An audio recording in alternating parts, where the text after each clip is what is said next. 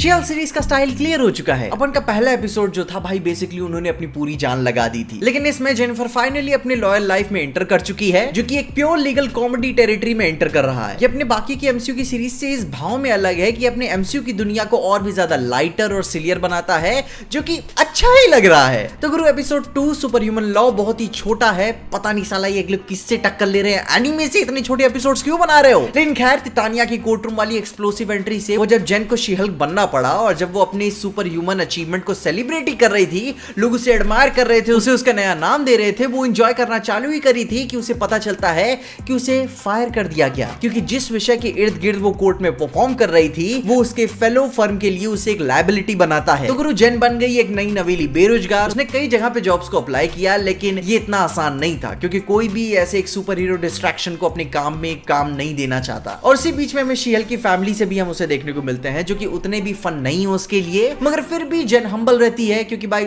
Seriously अपनी family से कौन नाराज रहता है। और इन्हीं सारे सीन्स के दौरान में अपन को कई सारे ऑब्वियस जोक्स भी सुनने को मिलते हैं। तितानिया की एक्सप्रेसिव एक्टिंग फिर से कमाल की लगती है, फोर्थ वॉल ब्रेक भी अच्छे हैं इसमें, एट मोमेंट्स आपको मजा भी आती है, क्योंकि जेन इन पर्सन प्राइवेट होने के बावजूद भी बहुत ही चार्मिंग है, आपको मजा आता है उसे देखकर। फिर उसके बाद जब आपको लगता है कि इसका लीगल करियर खत्म ही हो गया है, तभी एक रिलीफ मिलता है, उसे एक नई जॉब मिलती है उसके अपोनेंट की तरफ से कि उन्होंने एक नई super human law division firm खोली हुई है, लेकिन उसके इसमें ज्वाइन करने के लिए कैच ये है कि उसे शी-हल्क बनना पड़ेगा जब तक वो अपने क्लाइंट्स को रिप्रेजेंट कर रही है ऑल द टाइम। और हाँ, उसका पहला ही केस ब्लॉन्स्की का होता है, जो कि ठीक ये वही बंदा है जो कि कुछ सालों पहले इसने ब्रूस को मारना चाहा था। हमें यहाँ पे ब्लॉन्स्की का साइड देखने को मिलता है, जो कि अच्छी बात है कि भाई वो एक मिसअंडरस्टूड बंदा है, वो पूरी तरीके से बदल चुका है और वो किसी सोलमेट्स नाम के ग्रुप के प्यार में गिर चुका है और वो अपनी बाकी जिंदगी उनके साथ वो फार्म्स में गुजारना चाहता है। अब एक्चुअली में वो फार्म थंडरबोल्ट्स का है या फिर कुछ और है भाई, वो तो समय ही बताएगा, लेकिन थैंक गॉड एटलीस्ट हमें ये बात कंफर्म हुई कि हमें और भी मल्टीपल एपिसोड्स में देखने को मिलेगा। एबोमिनेशन की स्टोरी लाइन कहानी में काफी सीरियस इनसाइड ऐड करती है। फ्यूचर के अलावा भी हमें थोड़े से मोरली एम्बिगुअस एक्सपीरियंस करने को मिलते हैं, कि जैसे जेन के केस लेने से पहले वो ब्रूस को कॉल करती है और बोलना बंद ही नहीं करती, क्योंकि उसके भी कुछ मजबूरियां हैं, समझा कर। और प्लस उसको भी फील होता है कि मे बी ब्लॉन्स्की चेंज हो गया है, और हाँ, अगर उसने ये केस नहीं लिया तो उसे और कोई भी नौकरी नहीं मिलेगी। हमें बैनर का भी साइड सुनने को मिलता है कि भाई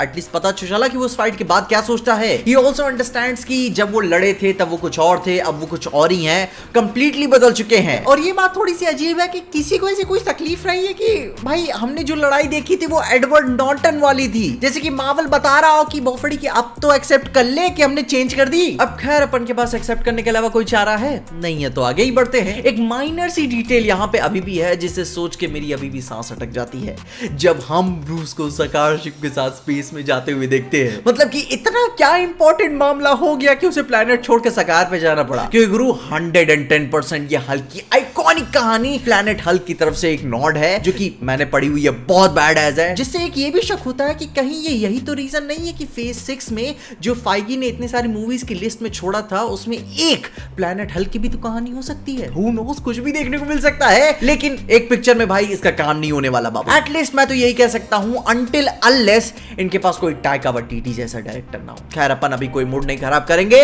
अभी और शो की बात करें तो मेरे को सीजीआई अभी बेटर ही लग रहा है, लेकिन स्टिल रफलो जब भी हल्क बन के स्क्रीन पे आते हैं उसका भाई रियल लाइफ के टेक्सचर्स को मैच करना इम्पॉसिबल है, क्योंकि इतने सालों बाद वो परफेक्ट किया जा चुका है। कहानी का ऑफ एक्सपोजिशन एब्सोल्युटली कन्विंसिंग नहीं लगता है, लेकिन जिस तरह से इसका टोन है आपको फर्क भी पड़ना बंद हो जाता है। आप अभी भी लिटरली उतना ज्यादा कैरेक्टर्स के बारे में केयर नहीं करते हो, क्योंकि प्रोबेबली हमें और टाइम चाहिए इनके साथ, और यही तो रीजन है कि भाई 20, 22, 25 मिनट के एपिसोड में वो बात नहीं बनने वाली, अपन को और मंगता है यहाँ पे। और इन दी एंड जेन फाइनली अपनी नई जॉब को जब एक्सेप्ट कर लेती है और जस्ट इन टाइम जब सब लगता है कि सब कुछ ठीक ही हो चुका है, उसके क्लाइंट ने हक दिया। उसके शैंग-ची वाले कुछ पुराने पाप वापस से रीसर्फेस करने लगते हैं कि अगर वो जेल में था तो वो यहाँ पे ऐसे लड़ कैसे रहा है। तो गुरु शो यहाँ पे लगता है कि थोड़ा सा सीरियस होने की कोशिश कर रहा है, लेकिन वो फोकस की जगह वो एग्जैस्पिरेशन है, जैसे कि कोई पेरेंट अपने बच्चों के लिए नहीं करता है कि हाय भगवान यार क्यों मैंने पैदा किया इसे।